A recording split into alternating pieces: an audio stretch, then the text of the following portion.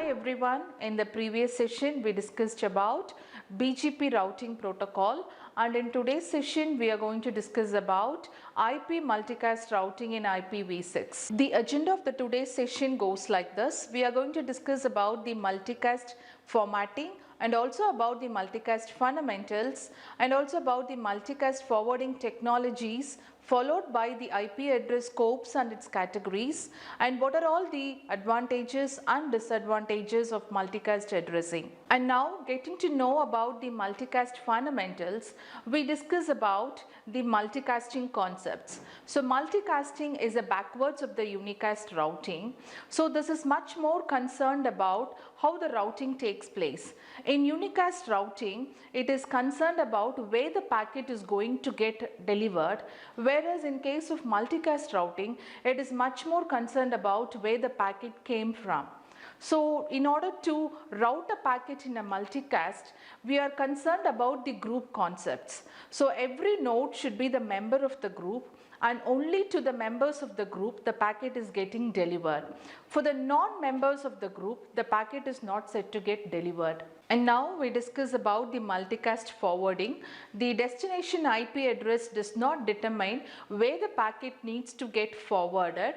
Forwarding is purely based on connection oriented, and all the receivers from the source needs to get connected before they get packets are getting distributed to them and before the traffic gets started to it. And there is a calculation called as the RPF calculation. RPF calculation is purely based on the reverse path forwarding technique, and this is based on the source address, and the source address is needs to checked against the unicast routing table, and this determines where to get the join operation, and the join operation continues from the source until a path is being found. This is called as a unicast forwarding technique, and once if the path is found, this creates the distribution tree, and that tree is called as the multicast distribution tree. And once if there is any network topological changes, this multicast distribution tree is rebuilt to form the correct forwarding in the routing process. Now we discuss about the IP address scopes as well as its categories. The types of the IPv6 addresses comes in three different types. The first one is the unicast addressing, followed by the multicast addressing, and the last one is the anycast addressing. The type of the addresses determines if the packet is getting designated to one or more machines, as well as the scope of the address also determines about the context of that address, whether it is getting delivered or not, and whether it makes sensible or not. The IPv6 addresses are assigned to the interfaces of the nodes and not to the nodes on themselves. Now we discuss about the three types of addresses and the categories below that. The unicast addressing in turn is being divided into unspecified loopback, followed by the link local, the site local, the aggregatable type or the table to it, and the last one is about the IPv4 compatible, wherein the multicast addressing is divided into two types. The one is the assigned, followed by the solicited node. The last one is anycast routing address, and this is being divided into three categories. One is the link local, followed by site local, and the last one is the aggregatable global. As we discussed about the types of addressing, the unicast addressing uniquely identifies the interfaces on the IPv6 node. A packet being delivered by using the unicast addressing is delivered to the node of that particular address itself. Whereas in case of multicast addressing, it is being identified by the group of interfaces of the IPv6 interfaces, as well as a packet that is being delivered is being processed by all the members of that particular group alone. Now we discuss about the anycast addressing. In case of anycast addressing, this is identified by the multiple interfaces. A packet is being delivered by using the anycast addressing concept. It is being received by only one destination node, whereas that particular machine, the node being the neighboring node alone. Now we discuss about the multicast addressing overview. The goal of the multicast addressing is to have an efficient network, thereby reducing the number of bandwidth on the links so that the optimized number of packets are being exchanged between the nodes in the network. The multicast addressing is being divided into two types. The foremost one is called as the assigned one and the later one is called as the solicited node. IPv6 multicast traffic operates in the same way as it does in the IPv4. Arbitrarily located IPv6 nodes can also listen to the multicast traffic on an arbitrarily IPv6 multicast addressing nodes. Nodes can join and leave the multicast groups, and moreover the arbitrarily traffic nodes and addresses can be listened at the same time. The addresses of the IPv6 wherein the first bits have been starting or set to 1, IPv6 address can be classified into a multicast because it always begins with FF.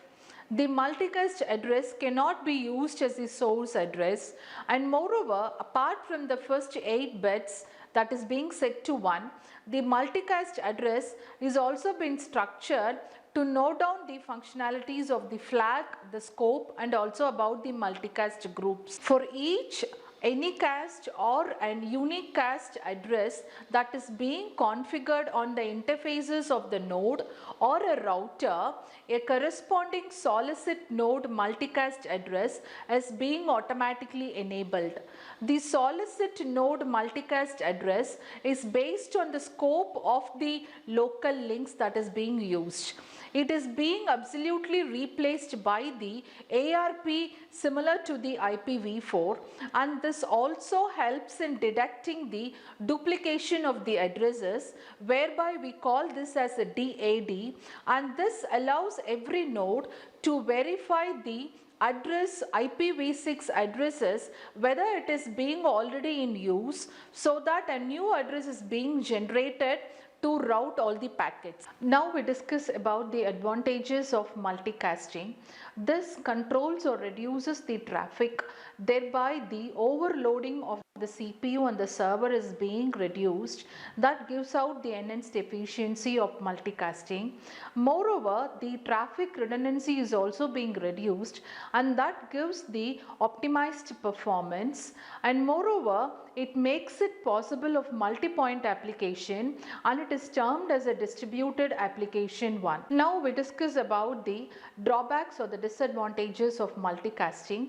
The best effort delivery of the packets along with the out of order delivery packets is also being handled.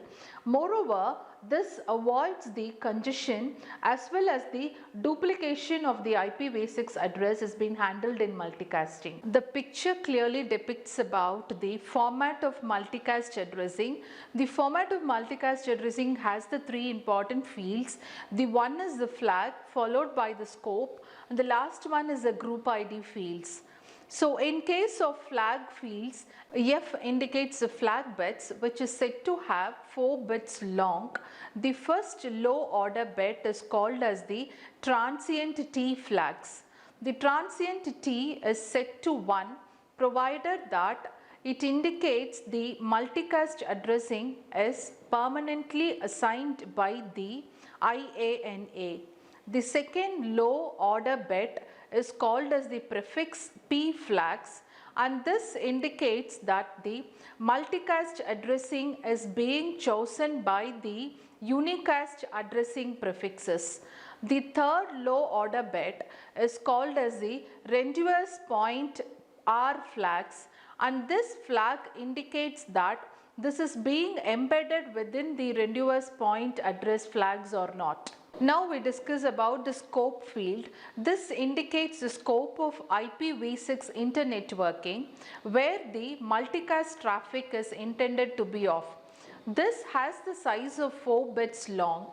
In addition to the information provided by the routing protocols, the routers use the values of the scope wherein they are meant for routing. The maximum or the prevalent values of the scope field are 1, 2 and 5, where 1 represents the internal local scope and 2 represents the link local scope and 5 represents the site local scope. Now we discuss about the group fields. The group indicates about the multicast group that are within the scope. It has a size of about 112 bits. The permanently assigned group IDs are out of the scope and the transient group IDs are relevant to a specific group. Now, the transient group IDs are always related to which group or the router it is going to get connected to it. The multicast address FF01 through FF0F is called to be as the well-known addresses that is under reservation. We have come to the end of the section. Hope you all understood about the concepts of IP multicasting in IPv6. We discussed about the fundamentals of IP multicasting and also about the forwarding techniques and its types and the drawbacks and the limitations of it. In the forthcoming session, we are going to discuss about how to secure the switched networks. Thank you.